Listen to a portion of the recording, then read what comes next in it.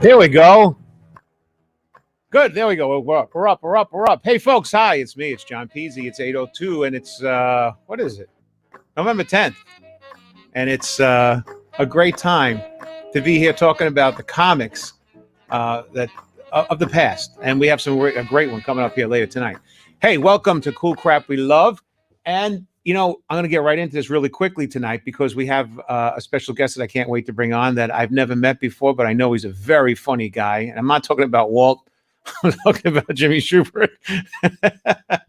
Walt is funny in his own way and looks, but he's here tonight. So let me bring it on our co-master and co-worker of things, Mr. Walt. He pops Alito.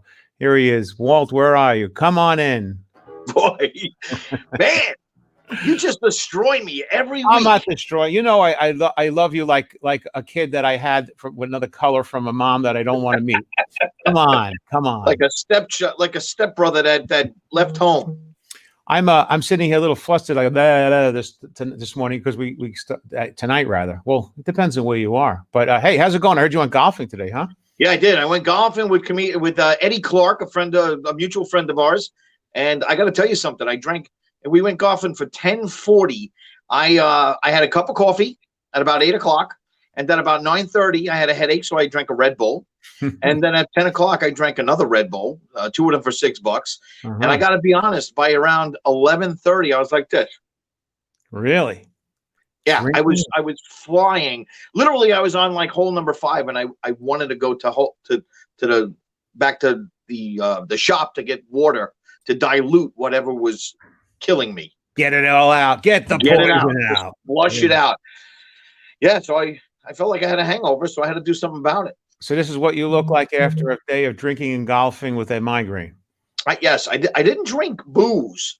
I drank Red Bull, which might as well have been booze. No, well, Red Bulls. It's like a cup of coffee. Got wings. Yeah, it's all good. It's all good. I don't know, man. I'm glad you had a good time. Hey, I did. It was a beautiful day. November 10th, 72 degrees outside, beautiful sun, and keep that global warming coming. That's the right, man. Look at this. I'm all pink. I was out there today. I walked 2 miles. I worked out with weights. I did all this stuff. I love being outside. I was actually really smelling the roses today. That's what COVID has taught me, to smell the roses. Right, when you can smell good. And if you can't smell the roses, that means you have COVID. That's right. Yeah, I saw you coming with that. Wow. By the way, so tonight we have a special. Let's see. What is the special that was? The Legends of Comedy. Yeah. Jimmy's a funny guy. Jimmy used to be an outlaw of comedy with in Sam Kinnison's posse, along with Carl LeBove and Mitchell Walters. Who owes me $100? Owes me $200. What? He owes me $200, Mitchell. Oh, Mitchell. Mitchell owes everybody money, from what I understand. Yeah. So Jimmy's going to come on. He was on King of Queens. He was one of the IPS drivers. So he's a fun guy. Excellent. Well, let's make it rock and roll. Let's bring it right in. We have a lot of. First of all, I love comedy. I love comedians. So do I. Most broken people in the world. It's the best people to hang with. I grew up with comedy in my blood. Right. We have people saying hello to us. Hey guys, communist Facebook had me in jail thanks to Biden. Thanks, Dan Nav, for bringing up politics. Yeah, that's what Facebook said to Dan. Biden. So let's bring up one of the first people here. Here it is. It's a hippo. Oh yeah, no, actually the first Canadian. Let's see. Who was that? Rosie O'Donnell? Yeah, I remember right now. Rosie O'Donnell joke. It was the dummy used to say, I'm Rosie O'Donnell, and she got mad cow disease. It was a mad cow. That's how long ago. Holy damn. All right. Anyway, moving on. When that was relevant. When it was relevant. Yeah. Now I could reorganize it. So here's a comic who I never work with that everyone loves and likes. Who is that? Is that Bill Hicks? Oh, Billy Hicks. Yeah. He died though, didn't he? Cancer or something? Yeah. As a matter of fact, he worked like right through it too. But he was one of those angry kind of comics and always pushing the limits, crossing the line. If I remember right with Billy Hicks was, a lot of people didn't get Billy Hicks, right? But he was a comics comic. Yes. Does that make sense? Yes. Yeah, kind of. Yeah, I And like him. I was never like I never bumped in, never hooked in. It was before my time a little bit, and but he was very revered. Now Yeah, I like Billy Hill.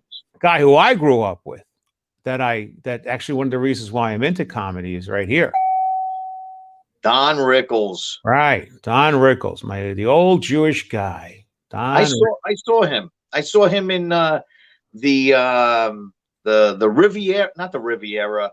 He was the at the Riviera a lot, actually. His pictures were on the wall as you went to at the comedy club over there. I remember seeing his It pictures. wasn't the Riviera. It was a comedy club down by where Circus used to be. It got knocked down. I forgot what it was. Riviera. It was The Riviera Hotel is right directly across the street from Circus. okay, Riviera so maybe Hotel it was the Casino, Riviera. which was But not. I saw him. He was doing the same act that he's done forever. Hey, hockey puck. He'd pull up with the Oriental guy, and he'd do he'd do all of that. Same Great. thing. Only sweated at 85 years old. I loved him. He was great. Great. And one of the things I loved about him was the put down humor, was the interactive put down humor, which is something that today is becoming less and less attractive. Oh, you can't do it now. No, can't do it now. You put somebody down, they'll sue you. I do. I don't care. We do it anyway. But love him. Loved Rickles. And now here's a comic that had tremendous success. Jay Leno. Now, Leno was a really consummate. He was a great writer and comic, and really out there pumping it every day. He was for years in a row doing his stuff, and went on to do the Tonight Show. But Jay, it was clean comic. I don't know. It depends on who you want to. I've never heard him dirty. Never. No, he was always clean, as far as I know. I always wanted to see him. It was every time I was in Vegas, he was over at the MGM Grand, and I just never got to go see him. Everybody said though he was one of these kind of comics that like he just write it and just piss it out, just pump it out, and he was like a comic too when he first started in the 80s or whatever. Well, not when he first started, when he was in the 80s at the height of it before the Tonight Show, and then kind of became when he got the Tonight Show, he turned into a douche. Say it. Hey, I was trying to keep it, nice and clean, like a douche nozzle. That's very, listen, you can't get any cleaner than a douche. A douche nozzle? Speaking of which, so a couple of these I threw up that you didn't send me, but this one too, this is a great comic. I worked with him at the Riviera, speaking of which he was great.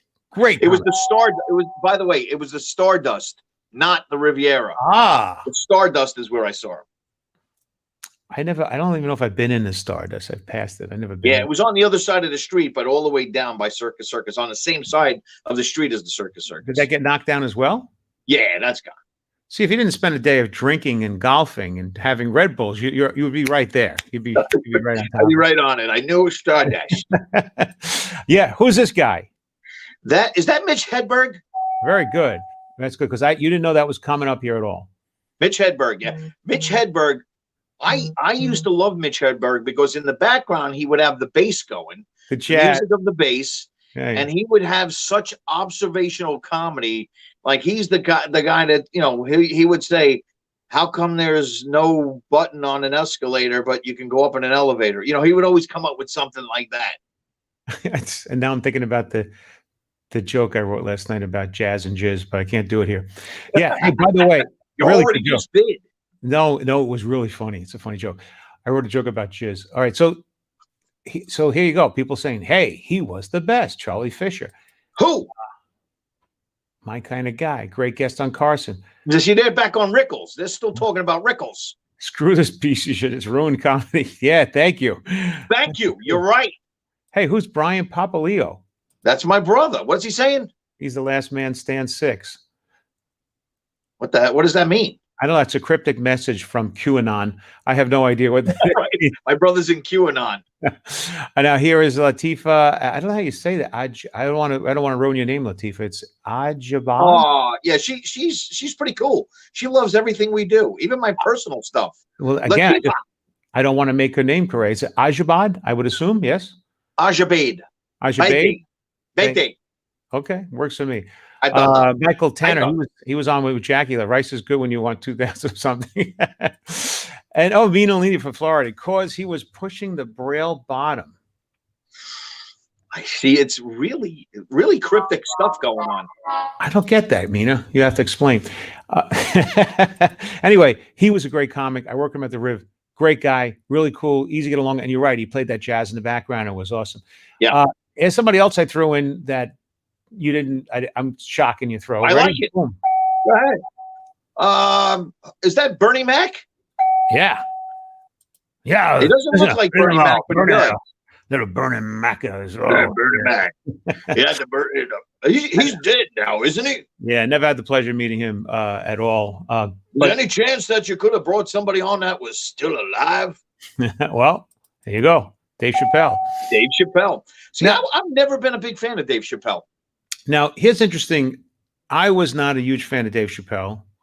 All of his ride of success up. Right. But the last special that he did. I got to watch it. I never did. It was great. What are you drinking again? Alcohol or Bye. Oh yeah, that's our new sponsor. Yes. It's our new sponsor, Coconut Bye. I love Bye. Bye coconut water. Oh, Bye it. Love now. it. It's a beautiful thing. Yeah, so Dave Chappelle, not the special he just did the way it was outdoors. It was just something he did on a smaller scale outdoors during the pandemic over the last 3-4 months. But prior to that, he had done a special that was on HBO, and he did a lot of stuff about LGBT and lesbians and all kinds of stuff. See, but for some reason, he can get away with it. Yeah, but you know something? If you listen to the material and what he did, it was brilliantly crafted. I got to give him kudos because Was it on Netflix? Yeah, it was on Netflix. Yeah, I think so. But the beauty of it, if you just listen to the material and the way it was crafted, he really knew how to like weave it in and out to not make it about you, but to make it about him. He actually redirected everything towards himself. So it wasn't like, hey, you this, you're that, you're that. He turned it to him. It was, I got a big kudos. It was See, I could do that. I could make everything come back to me, but then after the show, I'm going to tell you that I really meant it about you. Well, coming back on you, yeah, okay, Stephen Wright. Stephen Wright. Stephen Wright was great. He was great back then when he did his stand-up comedy. But when he started doing like songs, yeah, it was just, he wasn't a great actor. I think he was in the Warriors, wasn't he? In the Warriors, he was like the DJ in the Warriors. And maybe it wasn't the Warriors. It was another movie he was a DJ in. And but when he was great when he did like I wanted to call you back, but I couldn't call you back because I bought a phone that had no fives. Right. So that it was funny that act, but he wasn't a funny person to me, I didn't think. His material is again, he's a character driven comedian. He's a character comic. So, and he has a huge persona, and that kind of persona with that smart kind of material just plays so well. I think he's brilliant. I think he's a brilliant comic. I like him a lot, and not my style, but I think he's a great comic. Yes, the same with me. You know, it's like that too. Judy's old boyfriend, great writer. Oh, Emo Phillips. Yes. He's more underground. Like to this day, nobody's really watching him as much as like I would think. He's not as popular as he used to be. But Stephen Wright? No, Stephen Wright's still out there popping it out. I mean, I don't know about during the pandemic, but he's still doing really well. I'm talking about Emo. Emo is like an underground comic, and to me, he's one of the most brilliant writers around. I mean, I look at the material that he writes, and it's like this guy. I want to write like that. I mean, that's to me, it's tight. I would never write like Stephen Wright. He's why would I ever write like Stephen Wright? Character comic again. He's like, oh, yeah. But once he started getting into acting, Stephen Wright, I think I get you. Downhill. I'm with you. Let's see. Let's bring up another one here real quick. Okay, Dave Chappelle. Now, here's some of the ones that you put up here. This is kind of weird. Now, all right. I tried to pick obscure guys. You did. Well, you got obscure. Go ahead. Tell me if you can hear this, okay? I'm going to give you, and then you'll know who it is. I'm going to give you a little sound here, clip, and you tell me if you can hear it. Here's the sound clip. Oh, my goodness. I don't know. Come on. Does it say it right on there? Oh, well, it should. Do it again. Do it again. Oh, my goodness. Oh, Paul Lynde. Paul Lynde, everybody. Was that Paul Lynde? Oh, shit.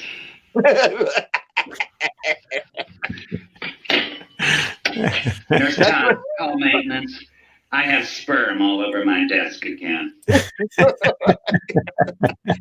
One time he was on the Munsters. He was a doctor, but he was blind, like he couldn't see in his glasses. I don't remember And that. Herman he had very hairy hands, and he'd be like, "Is that your doggy? Is that your doggy?" Damn, you're pulling that out deep. That's a deep, like as you're saying that, it's like it's coming in my head. I'm starting to see that picture with the hands. I'm like, oh damn, I forgot that. That's a deep buried dusty memory with cobwebs all over it. Oh my goodness. What was he famous for, though? Well, it would be the Celebrity Square, Hollywood Squares. He was the center square on Hollywood Squares with Peter Marshall. And if you didn't know Peter Marshall's real name, his real name was Pete Lecoq, because his son really? I didn't know that. Yeah, his son used to play for the Chicago Cubs. His name was Pete Lecoq also, and everybody knew it was Peter Marshall's son. Oh. Pete Lecoq. I had no idea. Okay. Yeah, you can look that up. Everybody look that up. Somebody look it up. But yes, but Paul Lynde was awesome, and the Hollywood Squares was all a setup. Yeah, it was. But when he was doing that, he's like, "It's your doggy." I forgot all about that. That's so funny that you bring that up. Let's see. Now you got some offbeat people here. I mean, I don't know why you put these in here, but I'll show them anyway. So, okay. Now he's not offbeat. He's not offbeat, but these are people we would never talk about. Like everybody could talk about Jay Leno, but how many people remember Nipsey Russell? And he would do all the rhymes, right? The rhymes. And rhymes. I remember him mostly. See, he was popular before, but I remember him, of course, from the Gong Show. Yes, he was on there with J.P. Morgan. What happened to J.P. Morgan? We should get her on. She can't still be alive, can she? You think so? Somebody Google that. Is J.P. Morgan alive? Yeah, that's interesting. It would be Nipsey Russell, J.P. Morgan, and Jamie Farr. That's right. And Jamie Farr, we've spoken to already, didn't we? He's alive, but doesn't want to do it or something, or he doesn't want to do the show because he's still got a flip phone. Yeah, right. Well, that's okay. I mean, someday people will be asking us to send our virtual selves to them for something, and we'll be like, "I'm sorry, I only have regular internet." Yeah. I can't do it. Now, Nipsey Russell, you can get him confused very easily with Flip Wilson. You think so? Yes. I don't now, see Nipsey that. Russell, you know what Nipsey Russell was always on? Like, remember that show Tattletales with Bert Convy, where they'd have a TV in the front and the wife would be on the TV facing the audience, and he'd be behind it facing the audience, and they have to ask questions. I want to do a show on game shows that we used to watch. Yeah, definitely on game shows. I love guys. To this day, I even enjoy. Do you know? Last week I watched several of what's his name? With the little bird. I guess the secret. Danny win $100. Oh yeah, I was watching that today. I loved it. Marks. Yeah, Groucho Marx. What's the name of that show though? That was whose line is it anyway? That is right now. You Bet Your Life or something. That's it. Yeah, you're right. Yeah, you can pull them out really good. See, if you stop drinking and stop taking Red Bull, how much more effective would you be? Just think about it. Yeah, I was watching, and here they go. Your brother brought up wasn't he Geraldine? So that was Flip Wilson was Geraldine. And by the way, that he was huge in the 70s when he had his own television show. He used to do that woman. My name is Geraldine. Yeah, and he'd come on. What was her boyfriend's name? Oh, hello. My name is Geraldine, and this is my boyfriend, Killer. That's right, Killer. Killer. Wow, Yaga Zuzim. Who's that, Rob? I don't know. That's probably some saying that somebody said. It's a really weird night, isn't it? Nipsey on the Car 54. Uncle Arthur on Bewitched. Yes, he was Uncle Arthur on Bewitched. Oh, that was Paul Lynde, I think. Yeah, he was Uncle Arthur. Yeah, he played Uncle Arthur. Anyway, Nipsey was a great comic. But these are great pulling these out, man. Anybody could pull out Dave Chappelle. I know, but you see all the places that we start zooming in and out of when we come into. That's what this stupid show is about. Right all over. All right, now why'd you bring this up? Now this is one of my favorites, of course, but why you brought it up? I'm surprised. Abbott and Costello, man. Abbott and Costello. Now everyone loves Abbott and Costello, unless you're a woman, because then you don't like Abbott and Costello. You don't like what? You don't like Star Trek. You don't like. I mean, for some reason, women don't like those things that guys like. For some They didn't like Abbott and Costello. There was I don't know, nothing better than getting up on a Sunday morning, Yeah, eating your breakfast, somehow not going to church, pocketing the money, killing the cat, using the blood. Go ahead. yeah, and then you come home, and at 11:30 on Channel 11 was Abbott and Costello, and it went right to 1 o'clock. And he was from Patterson, New Jersey, actually. Yeah, Lou Costello. There's a statue of him in Patterson. Is that right? Yeah, and one of the things I loved the most was the shows were all great, especially long, but the one I enjoyed the most was remember they used to have like a 22-minute long version of it that used to be on TV show. Yeah, Abbott and Costello show. That was Mr. Fields. Mr. Fields was their landlord. And my favorite bit was when he owes them the rent, and they write on the wall 7 + 7 + 7. 7 times 3. What is it? Seven times. I don't remember I just remember 7 times something was 28. Yeah, it was so silly. And I remember trying to figure it out on paper, and it was like, wow, this really works. You could get over on people like this. Yes. Or when they used to do the lemons underneath the glass, and there was a hole, and the lemons kept falling under. And Lou Costello's looking underneath the table. He sees it, goes, "We got a fruit stand under there." And what about Mr. Fields? And what was the woman's name that the beautiful woman, blonde? Yeah. And then there was Botchagaloop. Yeah, Mr. Botchagaloop. Mr. Botchagaloop. Mr. Botchagaloop. And wasn't there a cop? Stinky. Stinky was he was Joe Besser though, wasn't he? Joe Besser used to was one of the. He would go, "Stop! I'm gonna hit you."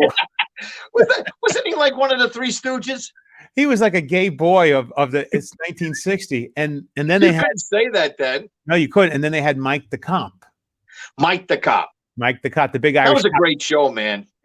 I can watch it right now and still laugh my ass off. It's really funny. There you go, Hillary Borks. See, Richie's in Florida. He remembers all this stuff. Who's that? That must have been the lady. That was the lady. Yeah. That was the term, right? He would go, I'll harm you. I'm gonna hit you right now, which is almost like Paul Lynde, isn't it? If you think yes, Stinky was Paul Lynde. We got to do a whole show on just that. On that show? No, just the Abbott and Costello. Yeah, just a whole show on that. I mean, just my God.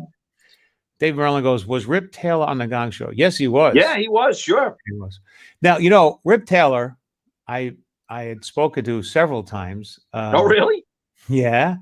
I was a big fan of that kind of humor because it was offbeat, silly, throw it up in the air. He was another one that was flamboyant. Yeah. 1-2 punch, 1-2 punch, 1-2 punch, 1-2 punch. It was beautiful humor. But he always threw confetti. That was his gig. That was the whole thing. Lewis, you don't want to play. Yeah, right. You don't want to play with me anymore. I'm going to tell Brooke. Yeah, I know he spelt it wrong, Richie. We know. I realized that you typed in too quick or probably using Siri. Anyway, this was great. Yeah. And, I knew we'd have some fun with them. I know, but when you think of comedy, I don't think of them as comics. I think, it's different. Comedy. They're comics. What would you consider them? They're comedians. They were vaudevillian comics, yeah. Yeah, so they're comics. They came out of vaudeville. Who else did I put? What other obscure guy did I put up there? Oh, this is not okay. Not obscure. Bob Newhart. Great. And he was really clean, intelligent comic, social issues, relationship, couple shows. Yeah, great show back in the day. Great show. One of them ended with the dream. It was a dream. The whole show was a dream. Remember that? No, I wasn't a big fan of watching the television show. Oh, they had the Bob Newhart show, that last one he had. Right. And the entire show, at the end, he woke up next to his wife, and the entire series was a dream. Sounds like my life. And then there's see, he's offbeat. I loved Andy Kaufman. So did I. I really did. I got a great story about Andy Kaufman that I swear that somebody take a copy of this, keep this forever, because I believe Andy Kaufman was the kind of guy that would fake his death in 1988 or whenever he died, 1986 or whatever it was. and then in 2026 come out and just go before the audience and go, ta-da! Well, that's what they all claimed. There's a lot of people claiming that he didn't die, and this, yeah, that he moved away, changed his name, did all of that, and there's a he's couple crazy enough to pull it off. And then he had that whole thing with Bob Zamuda where he put a heckler in the audience who was his best friend, and he was repeating his act after it, and they got into a big fight and a fist fight. And they the thing threw Bob Zamuda out. What's the thing I remember the most is I'm here to save the day. Mighty Mouse. Mighty Mouse. It was a great bit. Funny. He used to have a guy that used to come out, Tony Clifton. He was Tony Clifton, this big lounge singer. And you think your puppets were nasty? This guy was really nasty to the people in the audience. And the beauty of it was when he died, everybody knew it was Andy Kaufman. But when he died, he started coming out again. Tony Clifton came out and did shows after Andy Kaufman died. And it was actually Bob Zamuda who was doing it. That's what I remember hearing. Yeah, I knew Bob Zamuda, Andy's best friend. And Bob Rumba knows Bob Zamuda too. They were apparently was from Chicago. His brother said, I believe that. Rob Costelli says his brother says not true. So he's really dead. Oh, Michael Tanner's from Hollywood. Hollywood. Who said that he's really dead? Bob Zamuda? No, Rob. Yeah, let's see. I knew Bob Zamuda and his best friend. No, it was Rob Costelli said it's not true. His brother said it's not true, but that would be part of the act. Yeah, but the brother goes along with it. This many decades later, I'm telling you that's what makes it brilliant. And he's going to come out. Be the biggest thing. It'd be almost like the Biden-Trump election. Would be the biggest thing ever. What about Elvis? Let me throw this at you. Elvis. Yeah. Elvis died in what? 1977. Oh, I don't. He'd be about 82 years old, 83 years old right now. Yeah. If Elvis wanted to kill himself, fake his own death, he could literally walk down the streets of Vegas and nobody would even know it was him. They would just think it's another Elvis impersonator. Hey, you look really good. You really look like him. Yeah, but he'd be an old Elvis now. But back in 1978, 79, 80, 84, he would have been just like a regular Elvis impersonator. True. And I don't know. I buy into every conspiracy theory, man. Yeah, me too. As a matter of fact, behind me, there's this alien right now. Watch out for him. He's an alien. His name is Jesus, and he's cutting my lawn. So this guy, Billy Crystal. Billy Crystal. Now, a lot of people know him as a TV performer, but he's a comedian. Yeah. Who was picked to be on Soap. Yeah. As the gay brother, what was his name? Jody Davis, Jody Dallas. Jody, yeah. Jody Dallas, and he had a career that took off. But when I was a big fan of Soap because I'm a ventriloquist, and back in that time, Jay Johnson had done Soap, and that's how I became. That was one of the reasons I just loved the ventriloquism. And I remember hearing after that thing ended, him on interviews saying that he was really concerned about being typecast, and he never thought he would really get out of that typecast of the gay guy on Soap. He never thought, and then he went on to become tremendous. I mean, he went on to be, so huge. So it just goes to show Throw Mama from the Train, City Slickers, the Meg Ryan, Sleepless in Seattle, or whatever that was. And the Harry Met Sally. Yeah, Saturday Night Live bits and the stand-up that came from it, and everything was really awesome. He used to do that all too. You know what I hate? The two cops. You know what I hate? And you take a cheese grater and you rub it on your thighs. Yeah, I hate that. Yeah. He was great. He's great. And let's do one more, and then we bring Jimmy on. I'm ready. Jimmy's going to be eating so much Chinese food by the time we get on. I'd be so bloated. I can't believe he's hanging out in a comic with 3 other comics eating Chinese food. Who's the other 2? I know it was Richie Minervini. Who's the other one? There, and he said, I forget whose house he said it was. Somebody. We'll find out. All right, so real quick, let's see. Boom. I don't know who this is. You put this on here. John Campanera. I don't know him. Well, I only put him on because I'm friends with him on Facebook. Oh. And I'm going to tag him in this. Plagiarism? Plagiarism. No, John Campanera was on a show with Drew Carey called The Good Life. I don't know this guy. I never saw him. It's funny. All right, get rid of him. Funny comic? He's very funny. He has that voice like this. It's he's a big Yankee fan. That's how he talks all the time. But very funny on The Good Life with Drew Carey before Drew Carey was Drew Carey. Okay, well, I did meet Drew Carey in Vegas with Jackie Martling that night back in the day, and Drew Carey got on stage at the Riviera at downstairs and started jamming with the band, and the whole place went bananas. He went upstairs, and then Jackie went up. And everybody was like, we're playing music in the middle of a lounge in the Riviera downstairs. No, I was just young at the time. I felt honored to be around these guys, and I asked Jackie.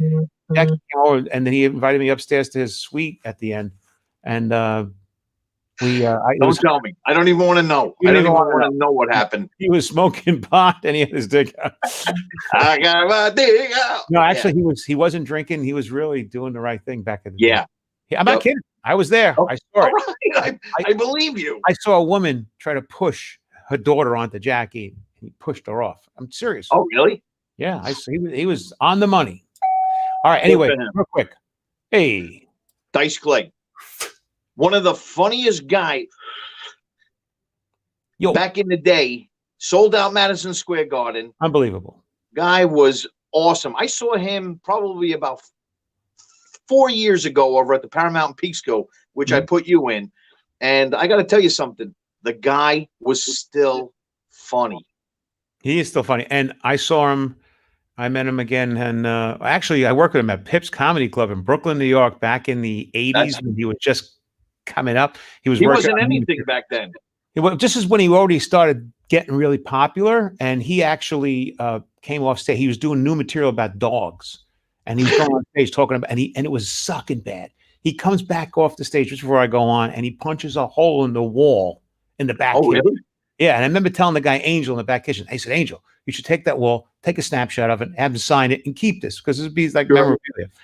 Anyway, I saw him back in Vegas after I did America's Got Talent. I was in Vegas. I went and saw him, and I got free tickets. Me and another comic, and we just hung out and watched it and met him again. And he was great. He kicked ass, and everyone wanted to hear all the old stuff, and he wanted to do all the new stuff, But he was great, and he was from Brooklyn, Jewish guy. Real name Silverstein, I think, right? Yeah, Andrew Silverstein. Yep.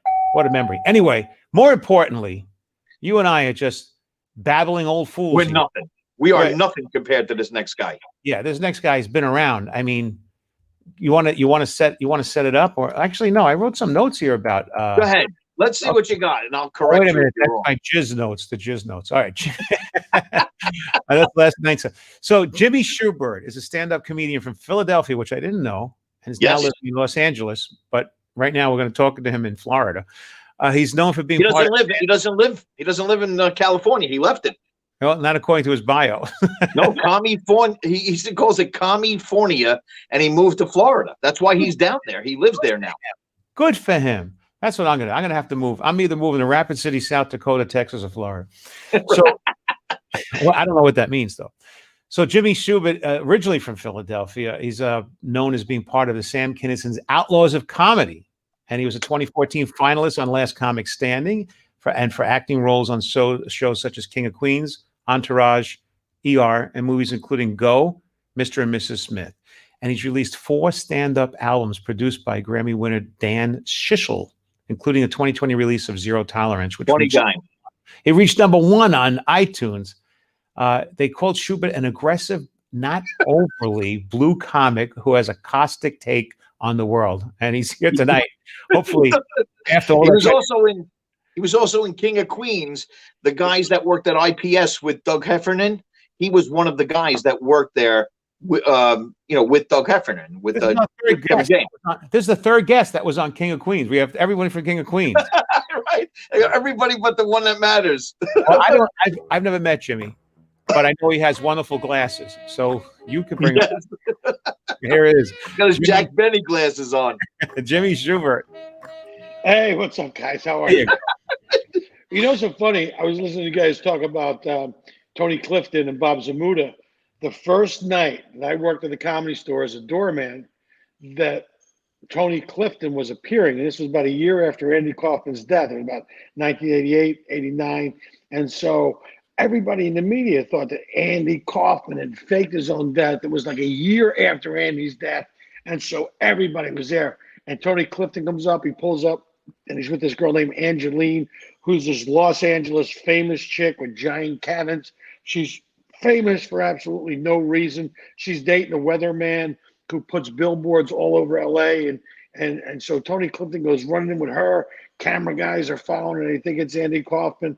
And I swear to God, he comes out and he does about 15 minutes. He flicks a lit cigarette at somebody, throws a joke at somebody, starts calling them cocksuckers. Next thing you know, people start heading towards the exits, and the show was fucking over. And, and I go, welcome to the Comedy Store. That was my first night as a doorman. But that is legitimate. Bob Zamuda, who I'm friends with, and Bob, has kept that tradition of doing Tony Clifton live, which, it is very aggressive in your face. I mean, and there was a fuck you, shut up, flicks a cigarette, throws a drink, go fuck your mother, you cunt. I mean, it was just like this zero, just the zero. He does the immensity of fucks he does not give. I cannot tell you. He got thrown out too on Paul Provinia's The Green Room, the Green Room show that he did on HBO. Yeah. He got thrown out. It's not even. Is it even a Tony Clifton show? If the show doesn't end early or he gets thrown off the stage, is it even a Tony Clifton show? So you were a doorman? You were a doorman in LA at one of the comedy clubs? Yeah. Well, it's so funny. God, I got there in like 85, 86. I was a doorman there. Obviously, they just did that great Showtime documentary done by Mike Binder about the world famous Comedy Store. I'm in episodes 3, 4, and 5. Cool. That's where I started as a doorman. I showcased for Mitzi, and that was like her process. You start there as a doorman. You watch the best comedians in the country, Shandling, Pryor, Rob Williams. I mean, I got to watch everybody work out. Carlin would come in. It was just really like a college, and you just got to watch the best guys in the country. It was phenomenal. And awesome. You guys also were talking about Bob Newhart, but Bob Newhart, I don't know if you guys know, but Button Down Mine actually saved Warner Brothers Records. They were headed for bankruptcy, and Button Down Mine with Bob Newhart saved the fucking whole label, because at that time people were doing cocktail parties and they would all stand around and play Bob Newhart's album, and so it became a huge fucking hit, which also bailed out United Artists, and they turned it around, and it's all thanks to Bob Newhart. So wow, a lot of people don't know that, but some, see, I didn't know it. I do remember people playing Bob Newhart albums. I do remember that being. Well, he had the kind of act that lent itself to an album. I really do think that, stand-up comedy is an art form that has to be consumed live. I think you can watch people's specials and stuff, but I think when you're there watching it live, I don't think there's anything like it. I really do. I think, obviously, I agree. I think it's definitely an art form. Like it's like Broadway. You have to go see it to believe it. It's phenomenal, And totally agree. When you're watching people that do it at a high level, as well. Have you been doing any virtual shows? I've been doing virtual shows, and even though I've learned how to do it, you could pull it off. It's not the same beat that to me. Yeah. To me, it's like ping pong. You have to constantly have a great, and you need that live audience to play ping pong. It's not stand-up comedy. I don't give a fuck what you say. Stand-up comedy is what stand-up comedy is, and that's what it is. Totally agree. And we have this pandemic, which is bullshit. It was a pandemic. No, it was a pandemic all along. I don't want to get political, but I'm just saying, now you know why we all had to stay at home, because they were fixing to steal an election. But don't get me started. That's a whole nother ballgame. And he's wiping his mouth, Chinese food from his mouth. By the way, one thing about Chinese food, you got to be careful. It makes these little white plastic things grow out of your head. Yeah, believe it or not, it's the MSG. It comes out your ear holes. It's from China. Yeah. Now, Jimmy, you were one of Sam Kinnison's Outlaws of Comedy. I did. Give us a little insight on Sam. I did. I toured with Sam for about 5 years. We did 70 city tours. We did 30 city tours. We were traveling on a giant tour bus all over I remember when I was a little kid, and I used to put my matchboxes in the dirt. To me, the thing that always appealed to me was like just getting in a fucking trailer and just driving all over the country. And really, for so many fucking reasons. We got to play these old, great vaudevillian theaters that have been around since the 1800s. That was cool. Touring with one of the most controversial comedians in America at the time, and he was one. He was the first guy that I think did it like at that, like, Steve Martin did it, but like Kinison kind of resurrected this thing, But you talked about Bill Hicks too, but I think Sam Kinison and Bill Hicks are probably two of the most influential comedians on the generation of comics that came after them. In those You know, decades. yeah, well, like Sam Hall.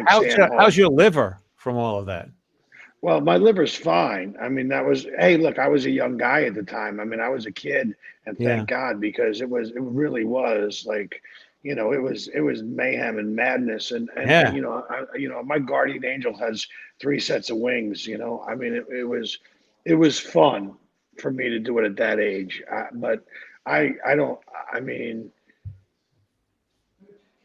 I wouldn't recommend it, and certainly, and certainly, it's just say no to drugs, kids. But I mean, but I had like the greatest fucking stories. Like, I remember when Bring it on. Sam was trying to clean up his act. He was going to AA, and he had like 88 days in AA, but he loved the Rainbow in the Rainbow Room off of Sunset, and he loved to. They had great pizza and they had great chicken soup, and so we would go in there and eat. But that was also the epicenter for sex, drugs, and rock and roll. And we were at a meeting that morning, and both of his sponsors, one was Ozzy Osbourne, and the other was Steven Tyler. Good luck staying sober with those two guys. Looking out for you. But so we were sitting there, we're eating. Next thing we know, we look up, and here comes fucking Ozzy Osbourne, and he's got a Dr. Seuss hat on, like one of those fine Walt. I could tell he's hammered. Like, holy shit, it's Ozzy. He's hammered. He was in a fucking meeting this morning. They go, Sam. Next thing you know, we're in the study bathroom in the back of the kitchen in the Rainbow Room doing bumps with fucking Ozzy. And I look at fucking Kinison. I go, yeah, we were. He goes, hey, I was sober for 88 days. And I said, fuck it. I already have a keychain. So Sam gets one bump in him. He calls his guy, Artie. Artie pulls up in the limo out front of the fucking Rainbow Room. I jump in. I'm sitting on a side chair. Sam gets in. Ozzy gets in. And the blow dealer is sitting between me and Ozzy. And Ozzy's fucked up, man. He is fucked. And he looks at the guy and goes, do you believe in evil? Do you believe in the power of the dark forces? Do you believe it? I go, oh, fuck. And the blow dealer's freaking the fuck out. It's Ozzy Osbourne. He goes, I just try to stay positive. I try to stay upbeat. I don't try to get it. And Ozzy goes, that's a shame, because you're going to have a series of very bad dreams for the next few nights. Like, apparently, Satan can't control his drinking and drug problem, but he could curse your fucking life. And the blow dealer dropped off his package and ran out of the fucking limo. I'm sure he probably didn't sleep for the next 3 nights, but it was. Wow. But I mean, it was just bizarro. like, but I mean, it was fucking crazy. I'm just glad I was a kid, man. I'm glad I was able to fucking outgrow all that fucking stupid shit. I mean, man. Now Jimmy pulls a muscle getting out of bed. Well, the other day I got out of bed. I see something getting off the mattress out of the corner of my eye. Turns out it was my scrotum. Now listen, you gotta watch out. You gotta be careful. You're getting older, so look. I had my fun. I had my fun. I got it all taken care of. So, Right, Jimmy he's one of the best comics to hang out with. I mean, we did a gig over in Peekskill. Me and Jimmy we were there, and Jimmy, remember when that one comic walked on stage while the other comic was filming? Oh yeah. Like the comic comes back to me and he says, "What the hell was that all about?" I went back to Jimmy. Jimmy goes, "I don't think he's happy." Right? Yeah. No. That was fun. So what about now? So Jimmy, you've been on the road like all your life, knocking it out, pushing. I understand the plight of it all. It's really rough. So like, what about now? What are you up to now? Like in this environment and as you said before in my intro, I did just have the #1 selling comedy album on iTunes over the summer, which was great. Mm-hmm. I'm in a movie called Puppy Love with Hopper Penn, Sean Penn's kid, and a great actress. She just got an award. The film's actually in Germany at a film festival. It's doing the international circuit. It's in Spain. It's got Cowboy Cerrone's in it, Wayne Newton, Michael Madsen, Roseanne Arquette. It's really like an offbeat kind of independent, like very much like the movie Go. The guy who directed is named Michael Maxis. He's a great director, and so the film's killer, and I'm in that. So it's good to hear that you can even hook in with this Hollywood liberal society when you come out talking about the pandemic and everything. It's like the last thing you want to do in that trailer is probably have that conversation with Sean Penn's son. Well, no, look, I don't ever put any political posts on social media. It's not my business. What I believe is for me. I mean, I'll give you my jokes, and I'll give you my, look, I, unlike a lot of these celebrities, don't give a fuck. I remember as a little kid, I was about 8, and my grandparents came over to babysit me and my five brothers, so my parents could go out and vote. And then my parents came back, and my grandparents went out and vote. As my grandparents were leaving, I said, "Who are you voting for?" And my grandfather looked back at me and said, "None of your business." And he walked out the door, but I never forgot that. It's none of your business. Right. It's none of anybody's business. It's none of anybody's business what I believe in spiritually. There's some things I got to keep just for me. We live in it like my whole life is lived out there. You're right. I've been traveling and touring and everything. And so the pandemic was enough for me to get me out of Los Angeles. I kind of moved to South Florida because I want to enjoy my fucking life. I want to be able to go outside. I want to be able to, just enough is enough. I got you some guys really are all good open.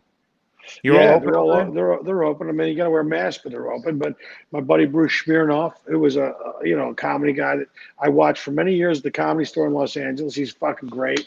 And Richard Minervini, who used to run the East End Comedy Club. I mean, those guys are both down here now. Don Gavin, who's a fucking Boston legend, is down Great here. comic. Yeah. My buddy Flip Schultz, Steve Simone. I just talked to my buddy Steve Byrne. Him and Theo Vaughn both moved to Nashville. Joe Rogan moved to Austin. Joey Diaz moved to New Jersey. I mean, I think what the pandemic has taught us is you don't have to, I don't think LA and New York are going to be the epicenters of comedy anymore, as long as you tend to your social media and you continue to create content and create albums and create specials. It doesn't make a difference anymore. You can live wherever the fuck you want. So why not live someplace where, I mean, I actually lived in Florida before, like in 92 to 95 when Sam Kinison died. I was in love with this girl down here, and I moved down here to get out of Los Angeles because it was very sad. Sam was a buddy of mine. I knew him for 8 years, and just every time I went to do comedy, someone would bring it up, and it would just put me in a bad mood. So I just left, and it was one of the best things I ever did because I moved to Florida. I found my voice.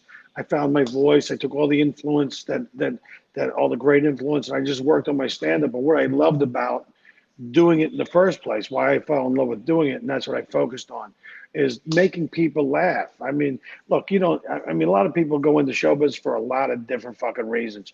I just always wanted to be a fucking great comedian. I wanted to be a great comedian. I thought everything else would take care of itself.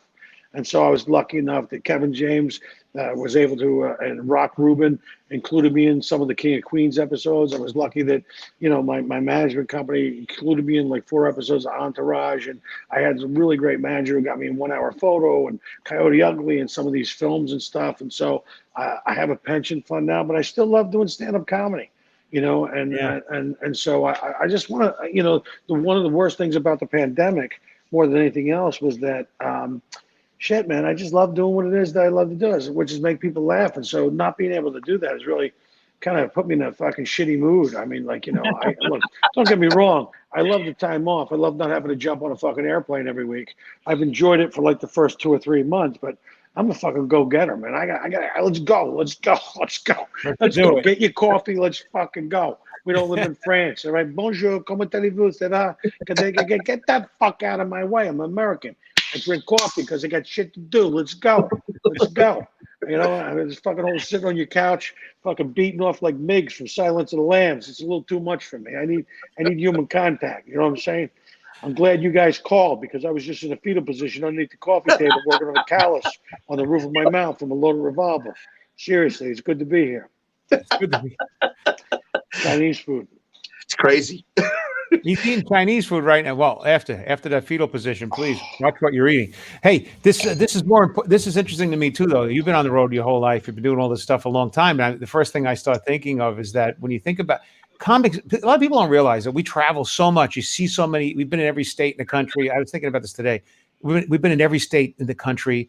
we see people from all different walks of life, different kinds of people. You did get a different perspective on the average person who has a very small window or scope to see Yeah, reality. it really is.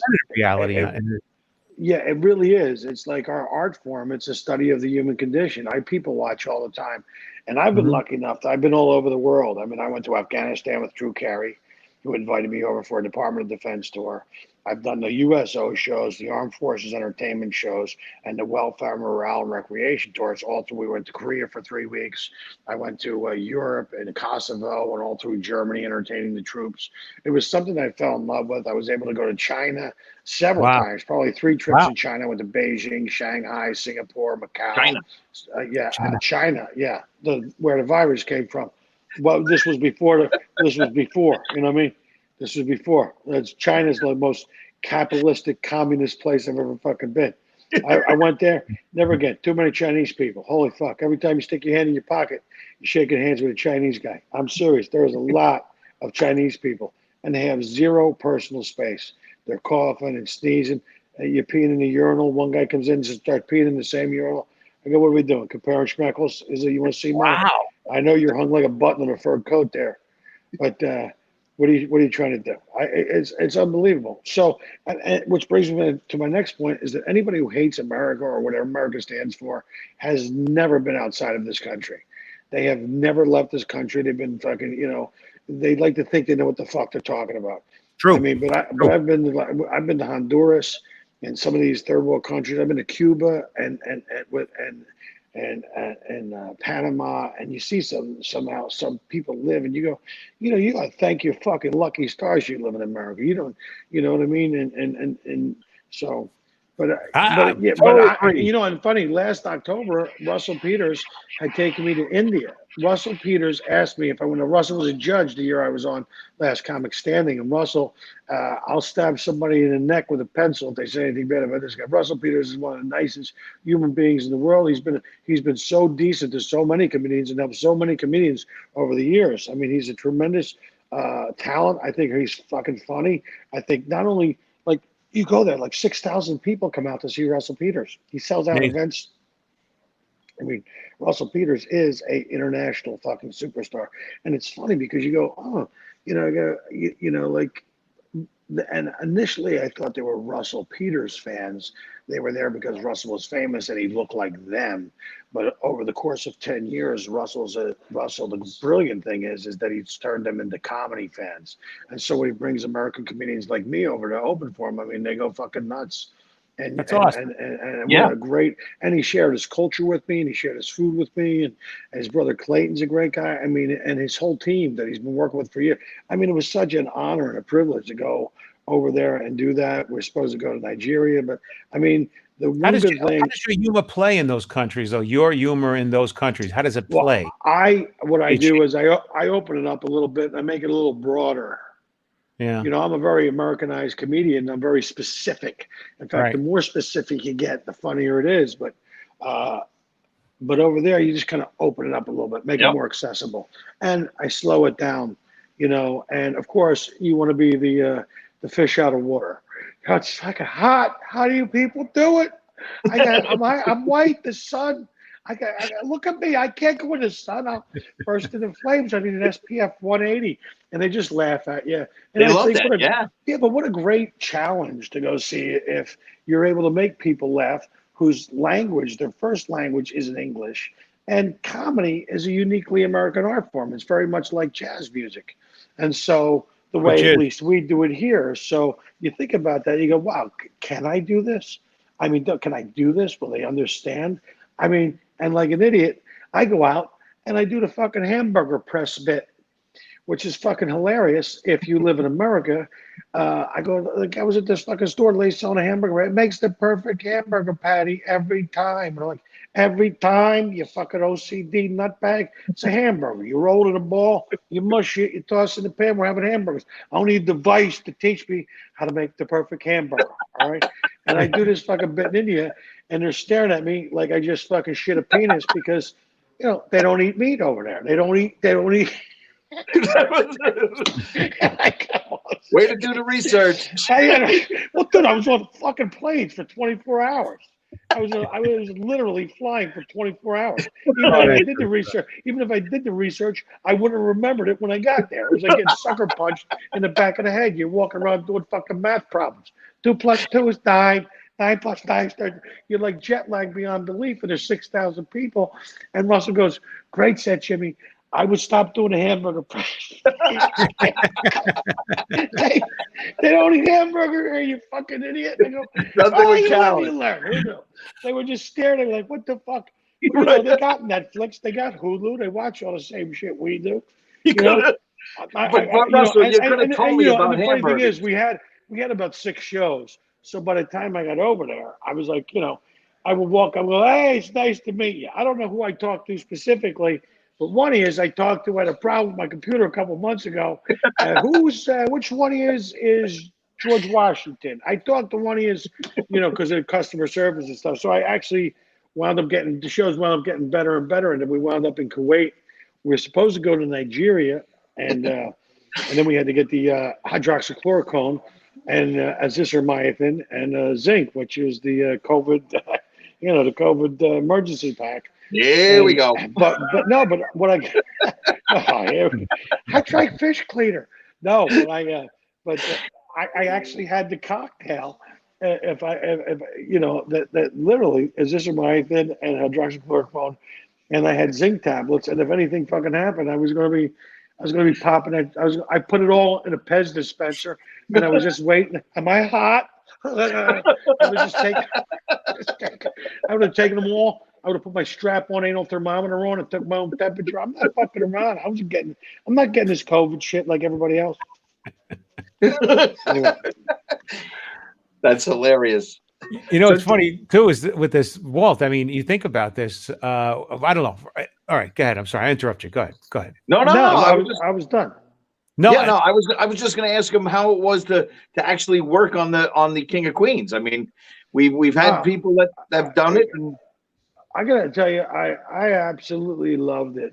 I loved Gary Valentine's a really good friend of mine, and I've known him for many years. How you like share a foxhole with somebody in comedy, and you come up to these rooms. We used to do the Florida rooms a lot and hang out. And I've hung out with Rock Rubin and Kevin. They're all great guys, great Long Island guys, East Coast guys like myself. And we hung out with fucking Lenny Schultz one night at Uncle Funny's. And Lenny's legendary fucking nutbag. Crazy Lenny. More pigs, more shit, more pigs. And he would go up, and we hung out, and I laughed fucking nonstop, and we all went up and did each other's acts. And when Kevin, got the King of Queens, they included me, and I'll be forever grateful. It's funny that show has found a bigger following in syndication. It's Kevin James is fucking hilarious, bro. You watch that show, it makes me laugh. It was probably one of the only blue collar comedy shows on television at the time. It had great writing, right? Like a modern day. It was a modern day honeymoon, but it was really well done. I mean, and Kevin, for a big guy, he always reminded me of Jackie Gleason because he was a bigger guy, but he was very he could do agile. Yeah, animated, very agile. He could do pratfalls and all that stuff. So yeah, it was awesome. It was great to be a part of it.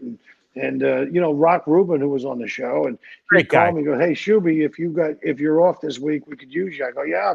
He would give me a heads up, which allowed me to reschedule my week so I could do the Queen of Queens, which I appreciated greatly because it got me going. It got me going. It got me in I got a pension now because of it, and all the movies go and Coyote Was Ugly. Rock Rubin back in those days doing the bagel bit? I remember years ago.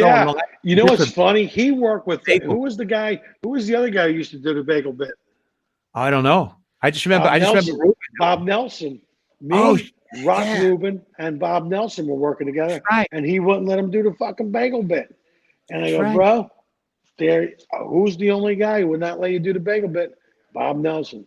But I work with Rock a ton. I work with Gary a ton.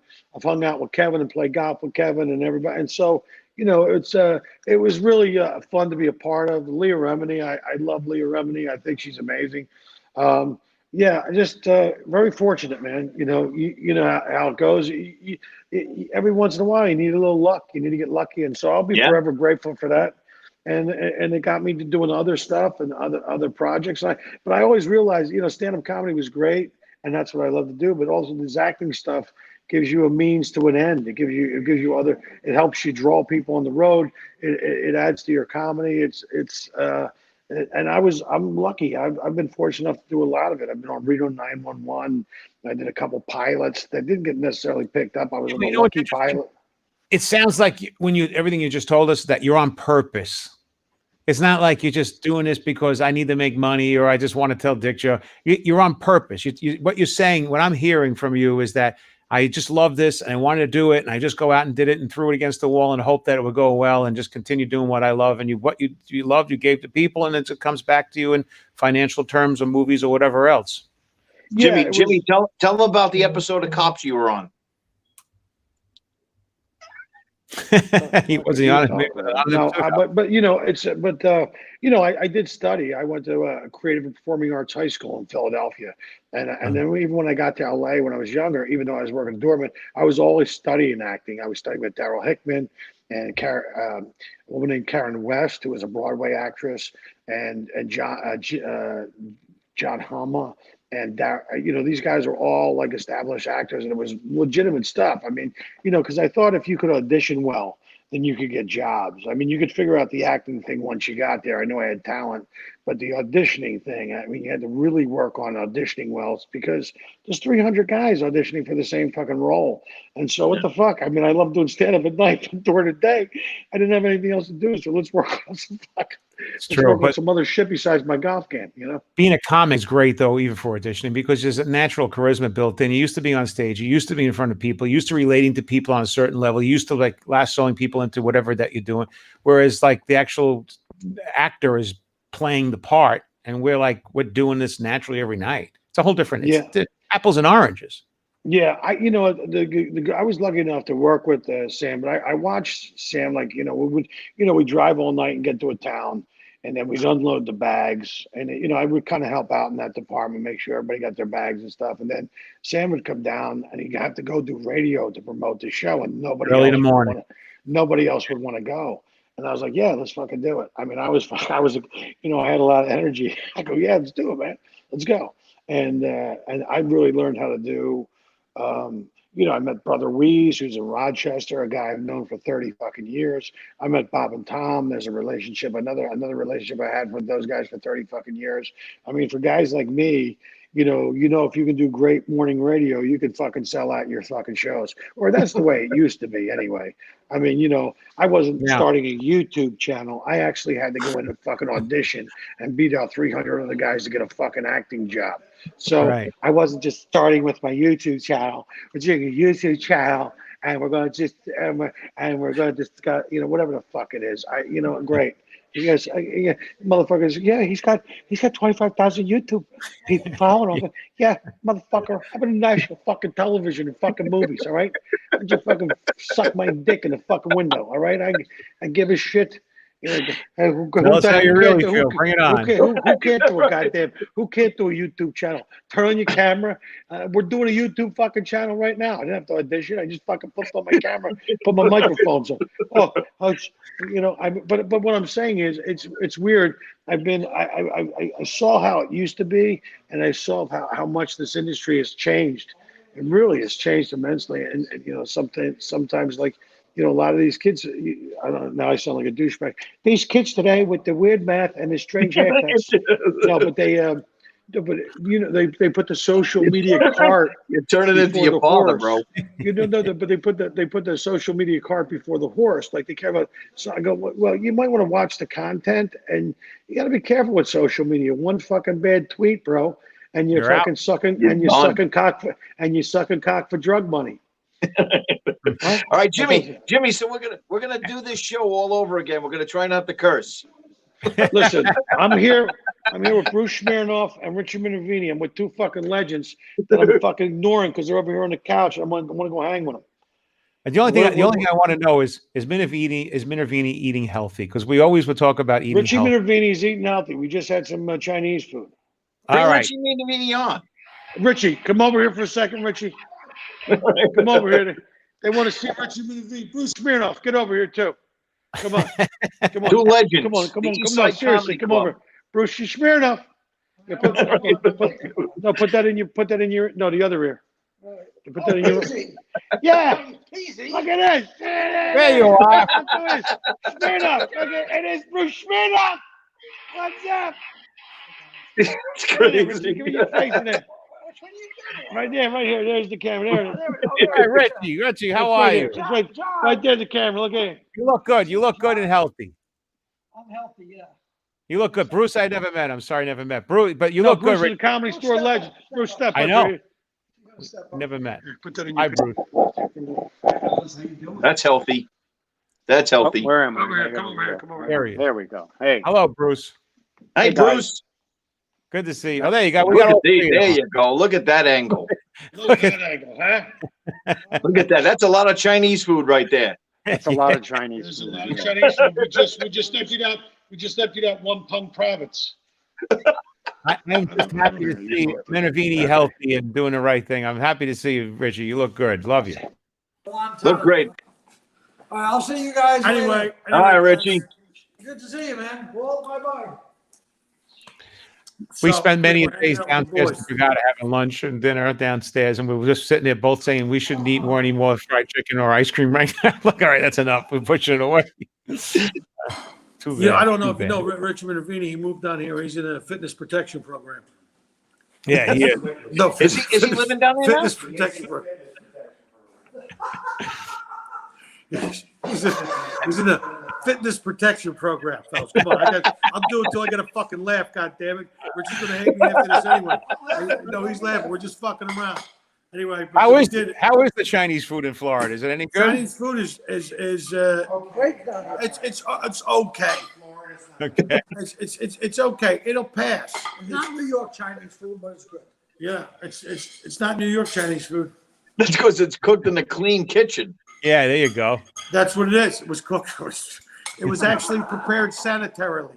That's why it sucks. I Well, Jim, hate- listen, this was fun, man. I told you, Yeah. Jimmy was a good guest. Jimmy, one quick question. So when you were coming up, who was the guy that who'd you want to be like? Who influenced you when you were coming up? Who was the guy that you wanted to be like? Who was like, I gotta be like Carlin, absolutely, George Carlin. Carlin's always been my guy. I love the way he played with language. He kind of pulled it apart. He put it back together. I always loved Carlin because he could do something stupid like a booger joke, and then he could do something really prolific. You know, fucking's legal. Fucking's legal. Selling's legal. Why can't selling fucking be legal? You know, I just love to me, he was an Irish guy from New York. He was an Irish guy from the East Coast. And I just identify with him. And I know this is going to sound taboo, but fucking Bill Cosby is a fucking amazing fucking comedian. I mean, another guy who worked clean. I know you can't say it, but I'm going to say it. Bill Cosby was fucking great. Absolutely great. He's another Philly guy, right? Philly guy, another like you? Philly guy. And that's why I hooked in with Bill Cosby, because he was a Philly guy. But he was fucking, the guy could do 2 hours clean. And I used to listen to his albums. I used to listen to Jimmy Durante. I was lucky in the sense that I knew what I wanted to do with my life when I was 9. I remember when I was a kid, watching Charlie Chaplin. I wanted to be fucking Charlie Chaplin. I wanted to grow a toothbrush mustache, and I wanted to dye my hair black. And I remember coming home from church in the family station wagon and crying because my mom wouldn't let me be Charlie Chaplin. I want to be Charlie Chaplin. And so I don't know what the fuck it was, man. I just always was I'm the middle kid of 6 boys, Wow. number 3. And so I had to build an audience. My brothers are fucking amazing. They're all really funny guys in their own right. I come from a really great family, and they're always writing me jokes, and they're always going, "What do you think about this?" They always come out to my shows. And so I was just lucky that I knew what I wanted to do at an early age. And then everything else after that was just figuring out how to be able to do it. And thank God I started fucking early. Because this is no fucking joke. It takes you 20 fucking years before you get as good as you want to be. Johnny, let me get him going, Johnny. Let me get him going. So will you be going to the riots in Philadelphia when this election gets changed over? bro, you certainly see a difference between the two groups. You know, one group's been fucking burning and murdering and looting for the last 6 months, and they can't understand why Donald Trump got 80 million votes and fucking won in a landslide. They can't understand why. What do you mean?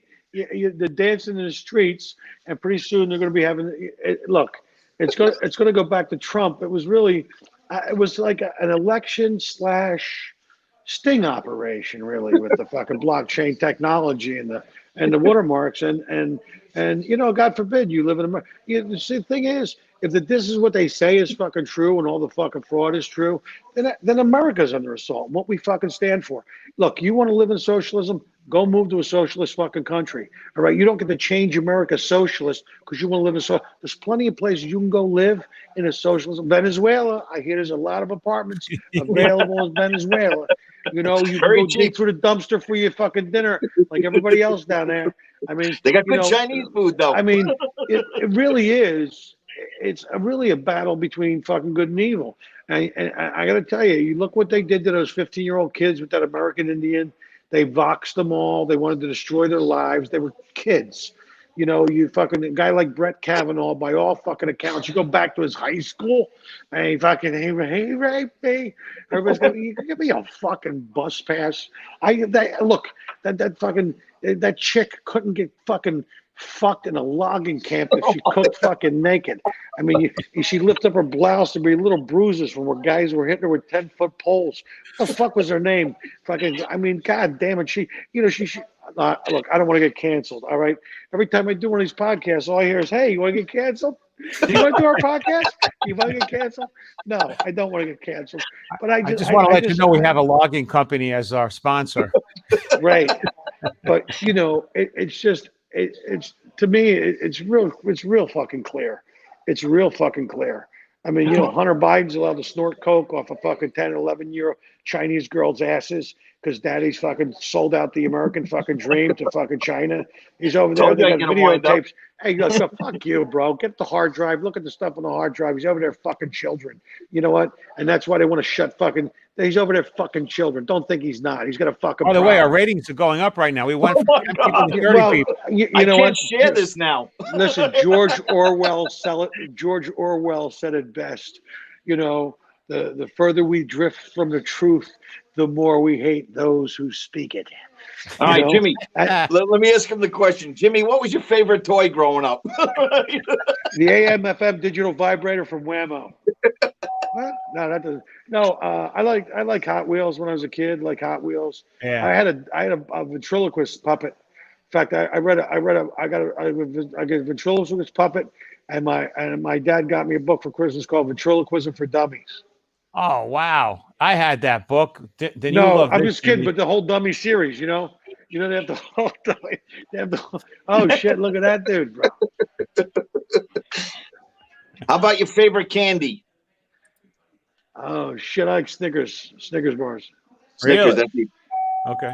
Favorite TV show growing up as a kid? The Magician with Bill Bixby. Bill Bixby. Wow, I don't remember that one. Oh, you kidding me? It was only on for 2 that. seasons. I just ordered it on fucking eBay. I got it.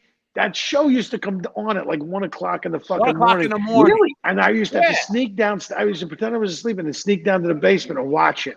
And it was only on for 26 seasons, but it was fucking great. It was I awesome. just got all cool? 26 episodes. I'm gonna go home and watch it. I got him. I've Good got for you. And the guy drove Well, a you know, Corvette. I started out as a magician, Johnny. That's He's how a good magician, really good magician. Really? Yes. Oh Yeah. man! So one of these days I got to get. I'm together a with you. magician member at the Magic Castle.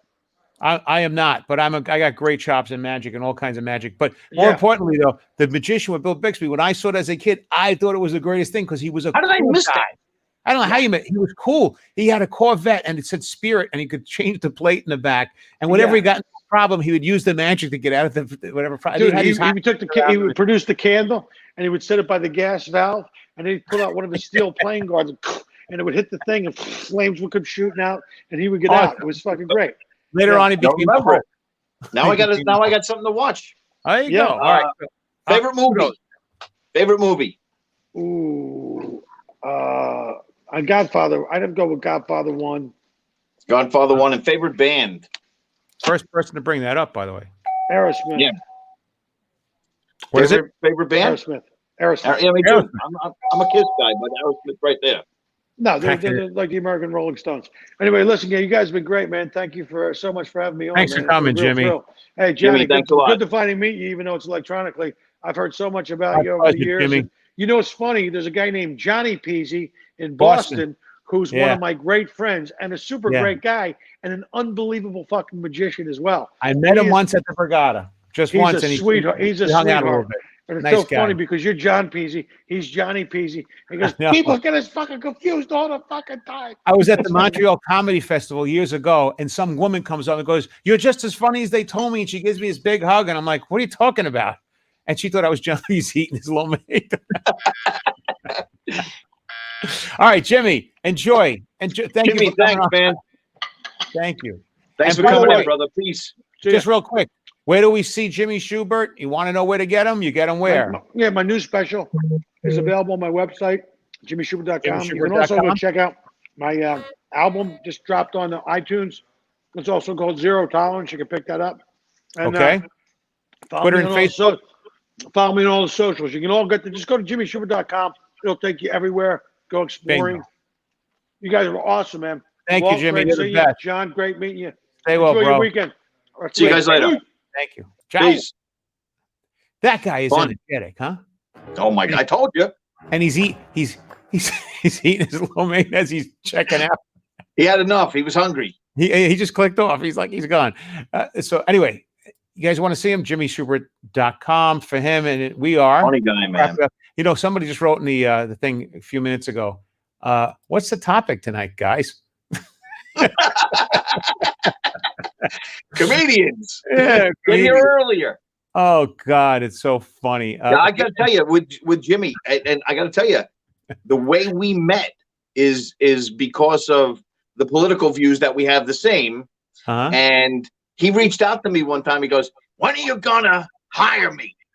And I said, "Well, you know, I could do this, I could do this, I could do this, but you're probably bigger than that." And he was like, "I'm in. What day?" See, And that was it. That's a guy who just likes to work. Yeah, I saw him down at the Borgata one time with Kevin Downey Jr. He introduced me, and me and Jimmy been friends ever since. So cool. Well, you can Yeah. see us. Get us, folks. YouTube.com/coolcrapweloved, and also on Facebook it's Facebook.com/coolcrapweloved. And Yes. we'll be back next week. It won't be Wednesday next week because I got something going on. It'll be a different day. I'm not sure what day during the week. All right. People follow us. I don't know if I could share this show now. Or you can catch me over here, johnpeasy.com, or Walt Poops a Lot. Walt, you don't have Once the theater opens up, I'm going to plug the theater to come see shows up there. So once we're allowed to open up. Well, right now, I'm not even getting political. You're right. So see you in 2023. See you. Thanks a lot, Walt. We can see you guys next week. It's been too much fun. All right, brother. Take it easy. Ciao. Take it easy. Hey, let's do this.